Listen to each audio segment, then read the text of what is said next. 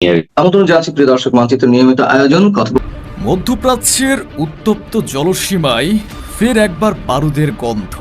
পারস্য উপসাগরের নীল জলরাশি আজ আক্ষরিক অর্থেই উত্তাল হয়ে উঠেছে ইরান এবং যুক্তরাষ্ট্রের সরাসরি সামরিক সংঘাতের জেরে। যে বিশ্ব ভেবেছিল জেনেভায় স্বাক্ষরিত MOU বা সমঝোতা স্মারকের মাধ্যমে হয়তো মধ্যপ্রাচ্যে শান্তির সুবাতাস বইতে শুরু করেছে, আজ তাদের সেই অলীক স্বপ্ন বারুদের ধোঁয়ায় পুরোপুরি ছাই হয়ে গেছে। গত 3 দিন ধরে আমেরিকা তাদের সাম্রাজ্যবাদী দম্ভ দেখিয়ে চুক্তি লঙ্ঘন করে ইরানের অন্তত 13টি ভিন্ন ভিন্ন জায়গায় চরম আক্রমণ হেনেছে। আর এর পাল্টা জবাবে ইরানও নীরব থাকেনি। তারা মধ্যপ্রাচ্যের বুকে অবস্থিত আমেরিকার 8টি গুরুত্বপূর্ণ সামরিক সেনা ঘাঁটিতে ড্রোন এবং মিসাইল দিয়ে ভয়াবহ এবং মরণঘাতী আক্রমণ চালিয়েছে। এই পারস্পরিক এবং প্রলয়ঙ্কারী আক্রমণের ফলে একটি প্রশ্ন কিন্তু আজ বিশ্বমঞ্চে আবার জোরালো হয়ে উঠেছে। তাহলে কি ইরান ও আমেরিকার মধ্যে যুদ্ধ বন্ধের যে চুক্তি স্বাক্ষরিত হয়েছিল তা পুরোপুরি ভেঙে গেল? আমেরিকা ইতিমধ্যেই ইরানকে 15 বিলিয়ন মার্কিন ডলারের একটি বিশাল অঙ্কের ফান্ড হস্তান্তর করেছে এবং দোহাতে দুই দেশের মধ্যে একটি সামরিক চুক্তি হওয়ার কথাও ছিল। কিন্তু হঠাৎ করে এ যুদ্ধ শুরু হওয়ার ফলে হরমুজ প্রণালী আবারও বন্ধ হচ্ছে এবং খুলছে। আর এর প্রত্যক্ষ প্রভাবে বিশ্ববাজারে জ্বালানির দাম এবং বৈশ্বিক সংকট নতুন করে আবার শুরু হয়েছে। পুরো বিশ্ব আজ হতবাক হয়ে 3টি সবচেয়ে বড় রুদ্ধশ্বাস প্রশ্নের উত্তর খুঁজছে। প্রথম প্রশ্ন, চুক্তি স্বাক্ষরের পর যখন পরিস্থিতি শান্ত হওয়ার পথে, তখন কেন নতুন করে আমেরিকা আবারও হরমুজ প্রণালীকে কেন্দ্র করে ইরানের উপর আক্রমণ শুরু করল? দ্বিতীয় প্রশ্ন, ডোনাল্ড ট্রাম্প একদিকে MOUতে সই করে হরমুজ প্রণালীর নিয়ন্ত্রণ ইরানের হাতে ছেড়ে দিচ্ছেন, আবার অন্যদিকে জাতিসংঘের মেরিটাইম অর্গানাইজেশনকে দিয়ে নতুন রুট খোলার পায়তারা করছেন কেন? তৃতীয় এবং সবচেয়ে বড় প্রশ্ন, আমেরিকার এই দ্বিমুখী এবং প্রতারণাপূর্ণ নীতির পাল্টা জবাবে ইরান কিভাবে বাহরাইনের 5th ফ্লিট এবং কুয়েতের ক্যাম্প বুহেরিং ধ্বংস করে আমেরিকাকে আক্ষরিক অর্থে ইসরায়েলে পালাতে বাধ্য করল? দর্শক, আজকের এই রুদ্ধশ্বাস এক্সক্লুসিভ এপিসোডে আমরা আমেরিকার চরম দ্বিমুখী নীতি এবং ইরানের এই অপ্রতিরোধ্য প্রত্যাঘাতের আসল সত্য ডিকোড করব এবং গভীর রাজনৈতিক বিশ্লেষণে যাওয়ার আগে ভিডিওটিতে একটি লাইক দিন এবং শেষ পর্যন্ত আমাদের সাথেই থাকুন। কথায় আছে, দুর্জনের ছলের অভাব হয় না।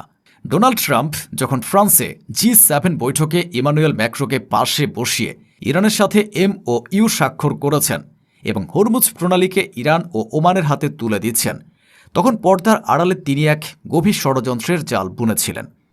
আমেরিকা তাদের এ চুক্তিতে পরিষ্কারভাবে স্বীকার করে নিয়েছে যে হরমুজ প্রণালী ইরানের সার্বভৌম অংশ। আগামী দিনে এই প্রণালী দিয়ে জাহাজ চলাচলের বিষয়ে ইরান এবং ওমান যৌথভাবে নীতি নির্ধারণ করবে। কিন্তু ডোনাল্ড ট্রাম্প মনে প্রাণে এখনও এ সত্যটি হজম করতে পারছেন না যে বিশ্ব অর্থনীতির এই মূল ধমনির মালিক এখন ইরান হয়ে গেছে।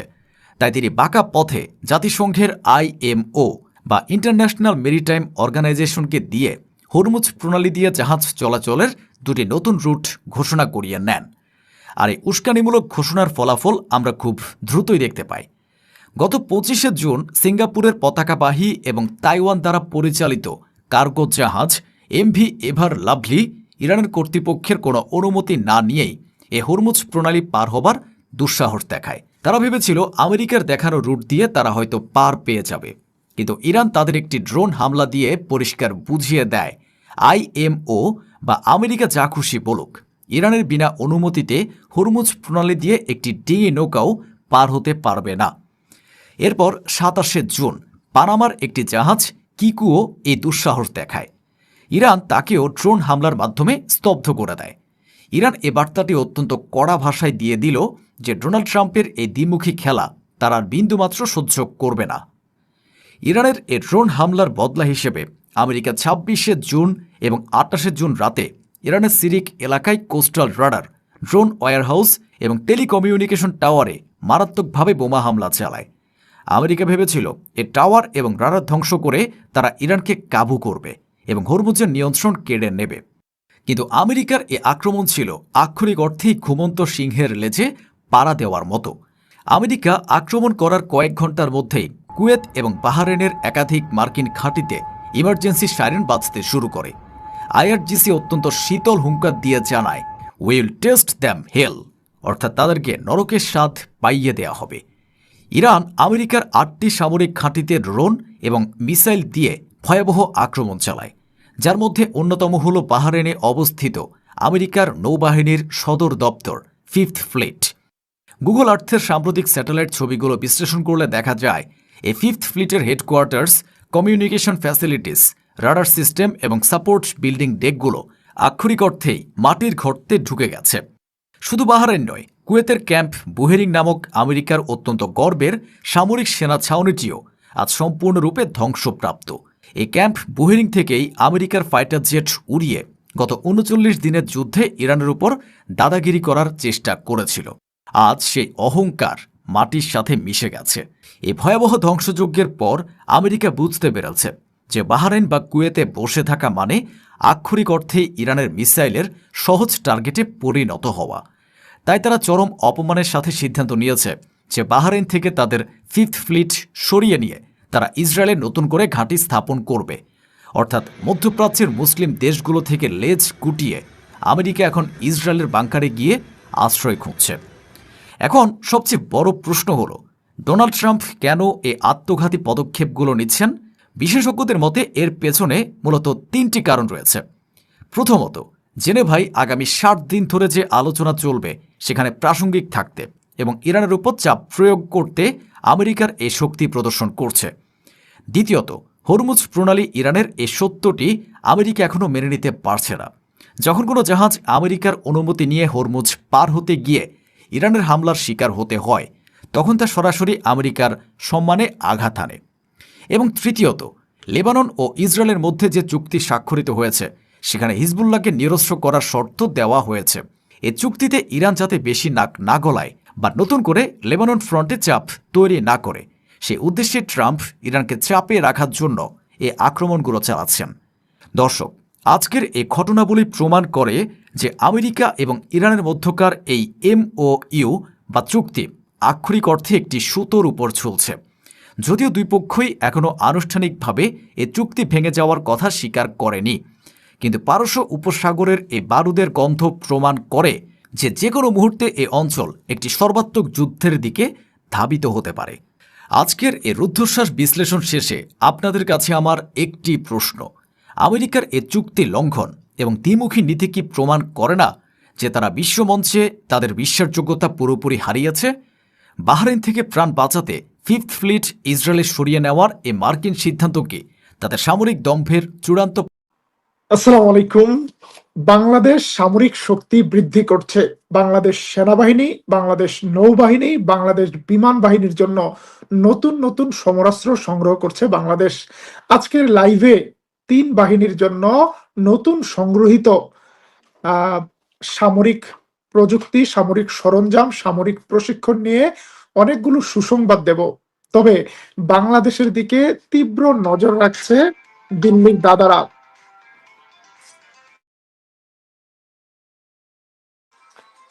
এবং বাংলাদেশ চীন থেকে যুদ্ধ বিমান সংগ্রহ করছে, চীনের সাথে করিডোর করছে, সেই দিকে নাকি তারা তীক্ষ্ণ নজর রাখছে। দাদাদের উদ্বেগের বিষয়েও কিছু সংবাদ দেব। দাদাদের জন্য দুঃসংবাদ রয়েছে বেশ কয়েকটি। প্রিয় দর্শক, কে কোথা থেকে আমাদের লাইভ দেখছেন কমেন্টে জানাতে পারেন। বাংলাদেশের প্রধানমন্ত্রী তারেক রহমান কিছুদিন আগে সেনাবাহিনী এবং প্রতিরক্ষা বাহিনীর শক্তি বৃদ্ধির জন্য সুস্পষ্ট মেসেজ দিয়েছে বাংলাদেশের প্রতিরক্ষা বাহিনীকে।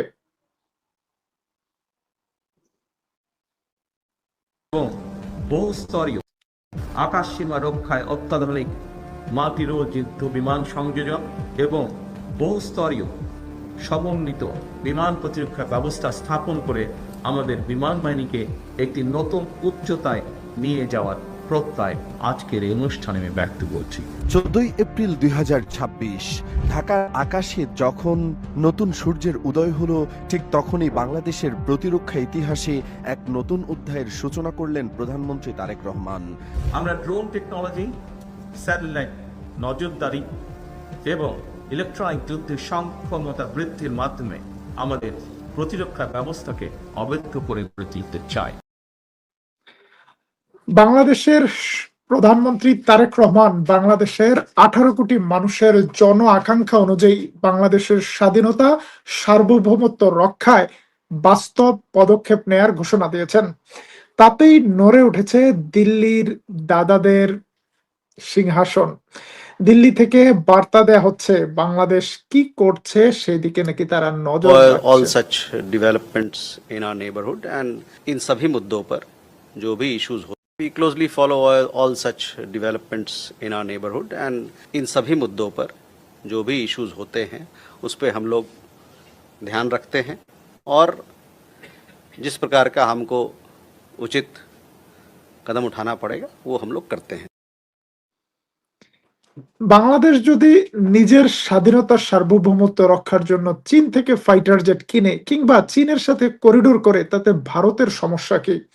আমরা একটা স্বাধীন সার্বভৌম দেশ। আমাদের প্রয়োজনে আমরা আমাদের বিমান বাহিনীকে শক্তিশালী করব। আমরা আমাদের প্রয়োজনে চীন থেকে J-10C ফাইটার জেট সংগ্রহ করব। আমাদের প্রয়োজনে আমরা পাকিস্তান থেকে JF থান্ডার ফাইটার জেট সংগ্রহ করব। আমাদের সামর্থ্য থাকলে আমরা তুরস্ক থেকে কান ফাইটার জেট সংগ্রহ করব। এই 3টা ফাইটার জেটে আমাদের দরকার। চাইনিজ ফাইটার জেট আমাদের দরকার, কারণ আমাদের বিমান বাহিনী দীর্ঘদিন ধরে চাইনিজ ফাইটার জেট ব্যবহার করছে। এই নতুন ভেরিয়েশনের আপগ্রেডেড ফাইটার জেট আমাদের শক্তি বৃদ্ধি করবে। পাকিস্তানি ফাইটার জেট আমাদের দরকার, কারণ চীনের মিত্র মিয়ানমারের সাথে যদি কখনো সমস্যা হয় তখন চাইনিজ ফাইটার জেট খুব ভালো কাজে নাও লাগতে পারে। সে কারণে আমাদের বিকল্প ফাইটার জেট দরকার। সেক্ষেত্রে চাইনিজ JF-17 থান্ডার্ড আমাদের জন্য উপকার দিতে পারে। এবং ভারত যেখানে রাফায়েল কিনছে 4.5 জেনারেশনের, আমরা যদি ভারতের আরেকটু উপরে যে 5th জেনারেশনের ফাইটার জেট কিনতে পারি, তাহলে ভারতের দাদাগিরি আজীবনের জন্য বন্ধ হয়ে যাবে বাংলাদেশে। বাংলাদেশকে এই ফাইটার জেট সংগ্রহ করতে হলে সাহসী সিদ্ধান্ত নিতে হবে এবং অর্থনীতিকে বড় করতে হবে, রপ্তানি বাড়াতে হবে। প্রিয় দর্শক, বাংলাদেশের সরকার জুলাই বিপ্লবের পর অনেকগুলো ভালো সিদ্ধান্ত নিয়েছে। গত 17 বছরে আমাদের বিমান বাহিনীকে সবচেয়ে দুর্বল অবস্থায় রাখা হয়েছিল। মিয়ানমারের মতো দেশ, যাদের চেয়ে বাংলাদেশের অর্থনীতি 6 গুণ বড়, তাদের হাতে যে ফাইটার জেট রয়েছে সেটাও বাংলাদেশের নেই। আপনারা দেখছেন টেকনাফ সীমান্তে চলে এসেছে মিয়ানমারের বিমান বাহিনীর হামলা। সেক্ষেত্রে আমাদের জুলফিকার আলী ভুট্টোর মতো ফাইটার জেট সংগ্রহের সাহসী সিদ্ধান্ত নিতে হবে। ভারত যখন পারমাণবিক বোমা তৈরির সিদ্ধান্ত নেয়, তখন জুলফিকার আলী ভুট্টো বলেছিল পাকিস্তানের জনগণ প্রয়োজনে ঘাস খেয়ে থাকবে, তাও পাকিস্তান পারমাণবিক বোমা বানাবে, নতুবা পাকিস্তানের আজাদি টিকবে না। আজকে তারেক রহমানের বলা উচিত যে বাংলাদেশের জনগণ প্রয়োজনে 3 বেলার জায়গায় 2 বেলা ভাত খেয়ে থাকবে, তবু আমাদের চাইনিজ ফাইটার জেট দরকার, লেটেস্ট মডেলের ফাইটার জেট দরকার। ইতিমধ্যে বাংলাদেশকে বন্ধুত্বের হাত বাড়িয়ে দিয়েছে চীন, বন্ধুত্বের হাত বাড়িয়ে দিয়েছে পাকিস্তান। দুটি দেশ থেকেই বাংলাদেশ ফাইটার জেট সংগ্রহের ব্যাপারে আলোচনা করছে। পাকিস্তানের সাথে বাংলাদেশের বিমান প্রযুক্তি এবং বিমান প্রশিক্ষণ ব্যাপারে পারস্পরিক চুক্তি হয়েছে এবং সেই চুক্তির আওতায় পাকিস্তান বিমান বাহিনীর সাহসী যোদ্ধারা, পাইলটরা বাংলাদেশে এসেছেন, বাংলাদেশের পাইলটদের প্রশিক্ষণ দিচ্ছেন। এসেছেন বাংলাদেশে ভারতের রাফায়েল মারা পাইলটরাও। চলুন আমরা একটা বিশেষ প্রতিবেদন দেখাই। দেশের বিমান বাহিনীর মধ্যে সরাসরি বৈঠকে অংশ নিতে পাকিস্তানের প্রতিনিধি দল এখন ঢাকায়। বাংলাদেশ বিমান বাহিনীর সঙ্গে গুরুত্বপূর্ণ বৈঠকে অংশ নিতে পাকিস্তান বিমান বাহিনীর একটি প্রতিনিধি দল ঢাকায় রয়েছেন। এই দলের নেতৃত্বে রয়েছেন air vice marshal Aurangzeb Ahmed. ভারতের অপারেশন সিন্দুর চলাকালীন পাকিস্তান বিমান বাহিনীর অন্যতম জনসম্মুখে পরিচিত মুখ ছিলেন air vice marshal Aurangzeb Ahmed. উনি সেই ব্যক্তি যার নেতৃত্বে পাকিস্তান ভারতের রাফাল বিমান সহ বেশ কয়েকটি বিমান ধ্বংস করেছিল। এই প্রতিনিধি দলে আরও রয়েছেন air commodore Shah Khalid, air commodore Abdul Ghafoor Buzdar, group captain Mohammad Ali Khan এবং উইং কমান্ডার হাসান তারেক আজিজ। এই সফরের অংশ হিসেবে বাংলাদেশ ও পাকিস্তান বিমান বাহিনীর মধ্যে প্রথমবারের মতো এয়ার স্টাফ টক অনুষ্ঠিত হচ্ছে, যা দুই দেশের সামরিক সহযোগিতার ক্ষেত্রে একটি গুরুত্বপূর্ণ অগ্রগতি হিসেবে দেখা হচ্ছে। বাংলাদেশ যখন পাকিস্তান একসাথে ছিল, দুই পাকিস্তান, পূর্ব পাকিস্তান, পশ্চিম পাকিস্তান, সেই সময় পাকিস্তান বিমান বাহিনী সেই সময় থেকে এই সময় বিশ্বের, মুসলিম বিশ্বের সবচেয়ে শক্তিশালী বিমান বাহিনী। এবং পাকিস্তান বিমান বাহিনীর ভেতরে অনেক পাইলট ছিল যারা পূর্ব পাকিস্তান থেকে, আজকের বাংলাদেশ থেকে উন্নত প্রশিক্ষণ নিয়েছিল। এমনকি তারা আরব ইসরায়েল যুদ্ধে অংশগ্রহণ করেছিল। বাংলাদেশের একজন পাইলট কয়েকটি ইসরায়েলি ফাইটার জেট ভূপাতিত করেছিল। নাম জানা থাকলে কমেন্টে জানাতে পারেন। এখন বাংলাদেশের পাইলটদেরকে যদি আবারও পাকিস্তান প্রশিক্ষণ দেয়, তাহলে বিমান আসবে চীন থেকে, প্রশিক্ষণ আসবে পাকিস্তান থেকে। বাংলাদেশের বিমান বাহিনীর শক্তি কয়েক গুণ বেড়ে যেতে পারে। আলোচনায় পারস্পরিক অভিজ্ঞতা বিনিময়, প্রশিক্ষণ সহযোগিতা এবং সামরিক সম্পর্ক উন্নয়নের বিষয়গুলো গুরুত্ব পাচ্ছে। প্রথমত, পাকিস্তান এবং বাংলাদেশের মধ্যে যে বিমান বাহিনী বিষয়ক কিছু এগ্রিমেন্ট হচ্ছে, এগুলো পাইলট ট্রেনিং থেকে শুরু করে মেইনটেনেন্স, ট্যাকটিক্স সহ আরো অনেক কিছু কভার করে। এর অর্থ একটাই, বাংলাদেশ বিমান বাহিনী তাদের ডকট্রিন চেঞ্জ করছে। প্রিয় দর্শক, বাংলাদেশ বিমান বাহিনী এই অঞ্চলের সবচেয়ে দুর্বল বিমান বাহিনীগুলোর একটি। দুর্বল প্রশিক্ষণের কারণে নয়, দুর্বল বিমানের কারণে। সে কারণে আমরা বারবার বলছি, বাংলাদেশের জনগণকে যে কোনো মূল্যে দ্রুত চাইনিজ ফাইটার জেট সংগ্রহ করতে হবে। দাদাদের রক্ত চক্ষুকে উপেক্ষা করে। দাদারা যখন রাফায়েল কিনেছিল, আমরা তো বলিনি যে আমরা দাদাদের দিকে তাকিয়ে আছি। আমরা কারো দিকে তাকাই না, আমরা শুধু আমাদের নিজেদের দিকে তাকাই, নিজেদের ভবিষ্যতের দিকে তাকাই। প্রিয় দর্শক, বাংলাদেশের সেনাবাহিনী প্রধান দাড়ি রেখেছেন, এটা নিয়েও ভারতের আপত্তি। বাংলাদেশের 4টি কোম্পানির নাম 4 জন সাহাবীর নামে হচ্ছে, তাতেও ভারতের আপত্তি। সেই আপত্তিকে তোয়াক্কা না করার হিম্মত দেখাচ্ছেন বাংলাদেশের একজন শীর্ষ আলেমে দ্বীন মুফতি কাজী ইব্রাহিম। বলেছে, ভারতের আপত্তিতে আমাদের কিছু যায় আসে না। দাঁড়িয়ে রেখেছে, তোমাদের প্রধানমন্ত্রীর মুখে দাঁড়িয়ে, আমাদের সেনা প্রধান দাঁড়িয়ে রেখেছে, তোমাদের প্রধানমন্ত্রীর মুখে দাঁড়িয়ে আছে, সেটা নিয়ে হইচই নেই। সেনা প্রধানের দাঁড়িয়ে নিয়ে হইচই করার তোমার কে অধিকার দিল? কে অধিকার দিল? তোমার যদি শিখ সৈনিকরা পাগড়ি বেঁধে দাঁড়িয়ে রেখে তোমার ভারতীয় সেনাবাহিনীতে চাকরি করতে পারে, আমার সৈনিক, আমাদের সেনাবাহিনীর লোকেরা তারা দাঁড়িয়ে রাখবে, প্রয়োজনে পাগড়িও বাঁধবে, প্রয়োজনে শেরওয়ানিও করবে, তোমার বলার কি? এইরকম হিম্মতলা আলেম আমাদের দরকার, যারা বাংলাদেশের সেনাবাহিনীকে পেছন থেকে সাহস যোগাবে। আগের দিন এখন আর নাই। আমার খলিফাদের নামে সেনা কোম্পানি হবে, খলিফাদের নামে হবে, খালেদ বিন ওলিদের নামে হবে, বড় বড় যোদ্ধা রণবীরদের নামে হবে, ইনশাল্লাহ হবে। কারো কিছু বলার কোনো অধিকার নাই। এটা আমাদের স্বাধীনতা। স্বাধীনতার নামে ইসলাম। স্বাধীনতা আর ইসলাম একই জিনিস। কেন একই জিনিস? ইসলাম বলে তুমি শুধু তোমার মাবুদের সামনেই অবনত, আর কারো সামনে অবনত হওয়ার সুযোগ নাই। প্রিয় দর্শক, বাংলাদেশ জনসংখ্যায় ভারতের চেয়ে অনেক কম হতে পারে, কিন্তু বাংলাদেশি জাতি, বাংলাদেশি মুসলমানরা এক আল্লাহ ছাড়া আর কারো কাছে মাথা নত করে না। সুতরাং ভয়ের কোনো কারণ নেই। ভারত কি বলল তাতে যায় আসে না। বাংলাদেশ সেনাবাহিনী চীন থেকে নতুন নতুন ট্যাঙ্কের অর্ডার পেয়েছে। ডক্টর ইউনূসের সময় বাংলাদেশ সিদ্ধান্ত নিয়েছিল চীন থেকে লেটেস্ট মডেলের ট্যাঙ্ক সংগ্রহ করবে। সেই ট্যাঙ্ক আসা শুরু হয়েছে বাংলাদেশে। চলুন দেখে আসি সেনাবাহিনীর শক্তিবর্ধনের একটি প্রতিবেদন। চলাচলের পাশাপাশি সরু রাস্তাও দ্রুত চলাচল করতে পারবে।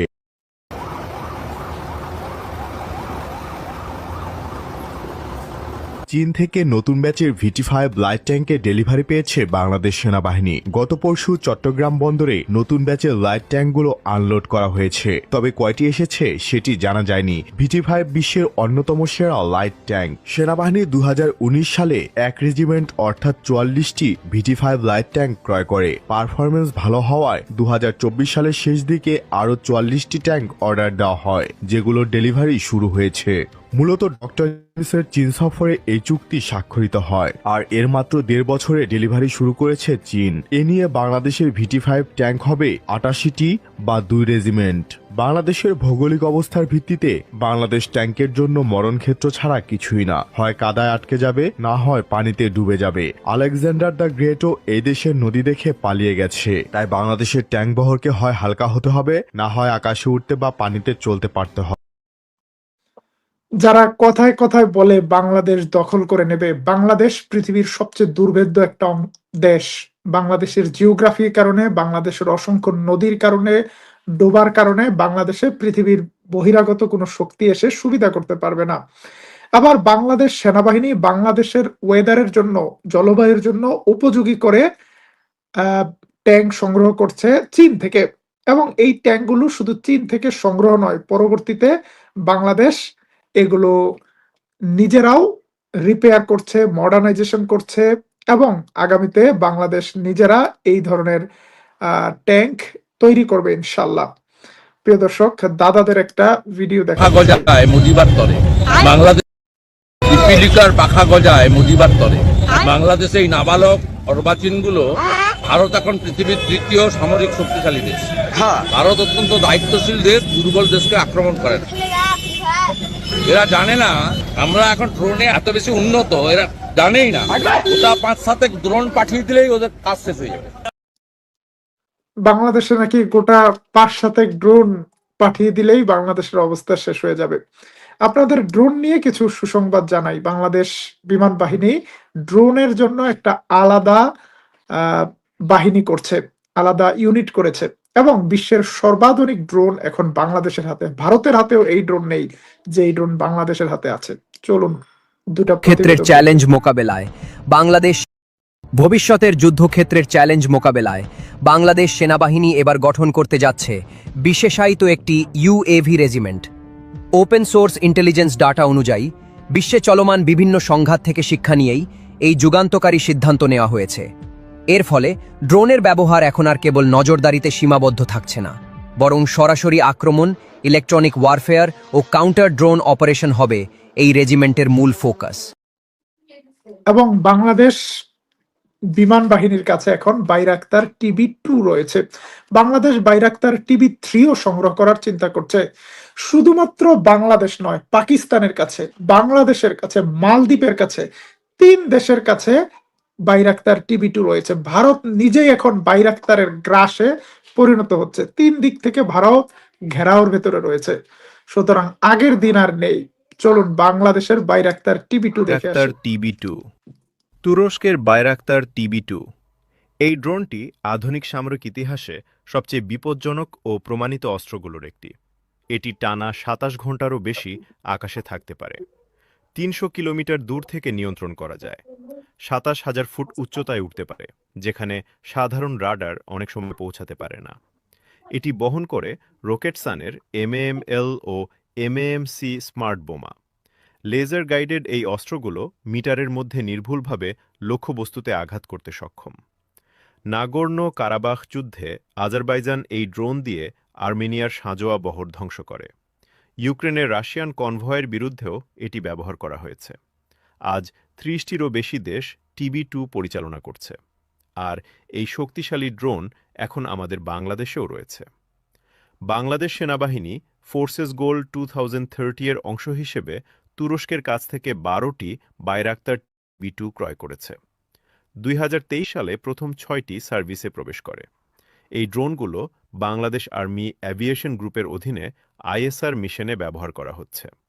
ভবিষ্যতে বাংলাদেশ নৌবাহিনীও TB2 বা TB3 সংগ্রহের পরিকল্পনা করছে। বাইরাক্টার TB2 প্রমাণ করেছে আধুনিক যুদ্ধে সংখ্যা নয়, প্রযুক্তি নির্ধারণ করে জয় পরাজয়।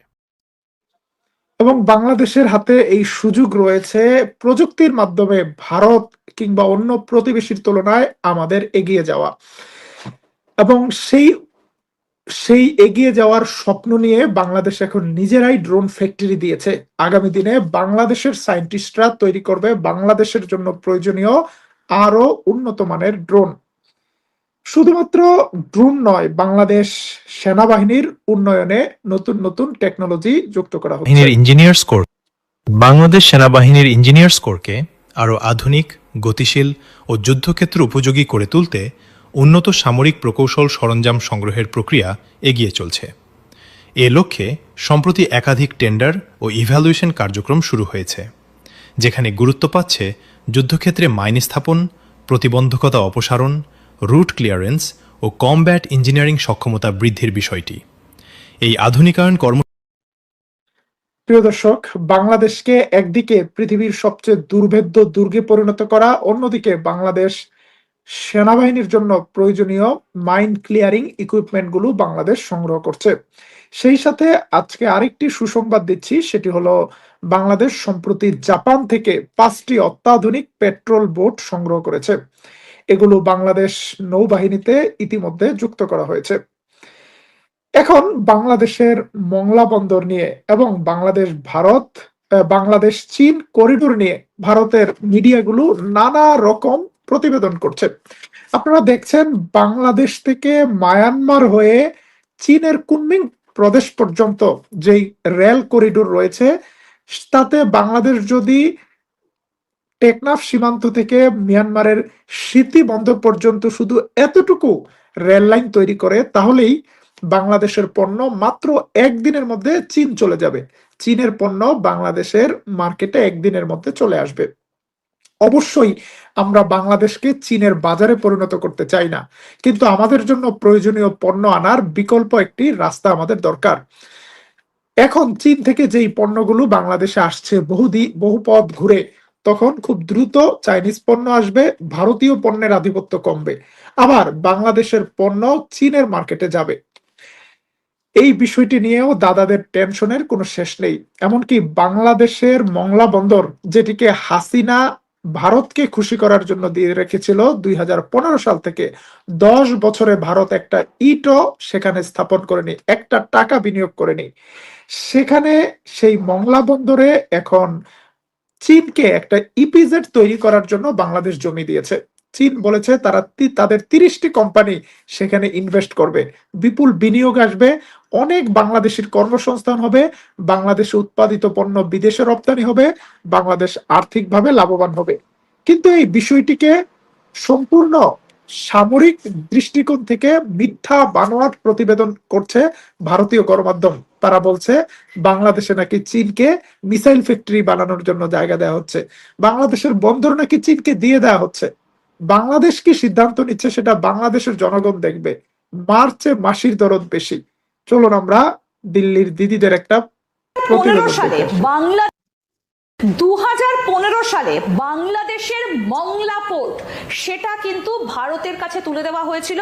এই যে কলকাতা, এটা হচ্ছে 80 kilometre from the Indian border. এই যে কলকাতা এবং তার পাশেই রয়েছে এই যে ইন্ডিয়ান বর্ডারে তারেক জিয়া প্রধানমন্ত্রী হয়ে এসেছেন, মাত্র কয়েক মাস হলো। এরই মধ্যে সেই মংলা পোর্ট তুলে দেওয়া হয়েছে চীনের হাতে। ভারত যখন সমালোচনা করে তখন বুঝতে হবে বাংলাদেশ সঠিক পথেই আছে। এই জাজমেন্টের সত্যতা আজ প্রমাণিত। বাংলাদেশের মোংলা সমুদ্র বন্দর 2015 সাল থেকে ভারতের বিনিয়োগের আশায় ফাঁকা পড়েছিল। মোংলা বন্দরটি যতটা না ভারতের বিনিয়োগের জন্য ভারতকে দেয়া হয়েছিল, তার চেয়ে বেশি ভারতকে খুশি করতে দেয়া হয়েছিল। বিগত 10 বছরে ভারত মোংলায় একটি ইটও স্থাপন করতে পারেনি। বোঝাই যাচ্ছে ভারত এই মোংলা বন্দরকে বাংলাদেশ দখলের অংশ হিসেবে ব্যবহার করত। তারেক রহমান এবার পুরো খেলাটাই পাল্টে দিলেন। চীনকে মোংলার দায়িত্ব দেওয়ার মাধ্যমে কলকাতা থেকে মাত্র 80 কিলোমিটার দূরে যদি চীন থাকে এবং শিলিগুড়ি থেকে মাত্র 12 কিলোমিটার দূরে যদি তিস্তা প্রকল্পে চাইনিজ ইঞ্জিনিয়াররা থাকে, ভারত তখন টেনশনে রয়েছে। বাংলাদেশকে সহজ গ্রাস মনে করেছিল ভারত, সেটা কোনোদিনও হবে না। বাংলাদেশ একটি স্বাধীন সার্বভৌমত্ব দেশ। এই দেশের প্রয়োজনে যত প্লেন দরকার, যত সামরিক সরঞ্জাম দরকার আমরা সংগ্রহ করব। আমরা কারো দিকে তাকাবো না। কে আমাদের দিকে তাকিয়েছে সেগুলো দেখার টাইম বাংলাদেশের জনগণের নেই। আমরা প্লেন কিনবো কি কিনবো না, আমরা প্লেন কিনবো কি কিনবো না, এটা কেন ভারতের পেপারে প্রথম হেডলাইন হবে? একটা নয়, দুটো নয়, 24টা প্লেন কিনতেছে বাংলাদেশ। বাংলাদেশ একটা স্বাধীন সার্বভৌম দেশ, আমরা কি কিনলাম সেটা নিয়ে এত ভারতের মাথা ব্যথা কেন? আপনি কি পৃথিবীর কোথাও শুনছেন একজন কূটনীতিককে মন্ত্রী পদমর্যাদা? প্রিয় দর্শক, আমরা মনে করি বাংলাদেশ সরকার সামরিক শক্তি বৃদ্ধিতে যেই সাহসী সিদ্ধান্ত নিচ্ছে তার পেছনে বাংলাদেশের প্রতিটি দেশপ্রেমিক নাগরিক রয়েছে। বাংলাদেশ সরকার যদি বাংলাদেশের সেনাবাহিনী, বিমান বাহিনী, নৌবাহিনী, বাংলাদেশের বিজিবির জন্য অত্যাধুনিক সমরাস্ত্র সংগ্রহ করে, তাতে সরকারি দল বিরোধী দল বলতে কোনো কথা থাকবে না। বাংলাদেশের প্রতিটি দল, প্রতিটি দেশপ্রেমিক নাগরিক তাতে পূর্ণ সমর্থন দিবে।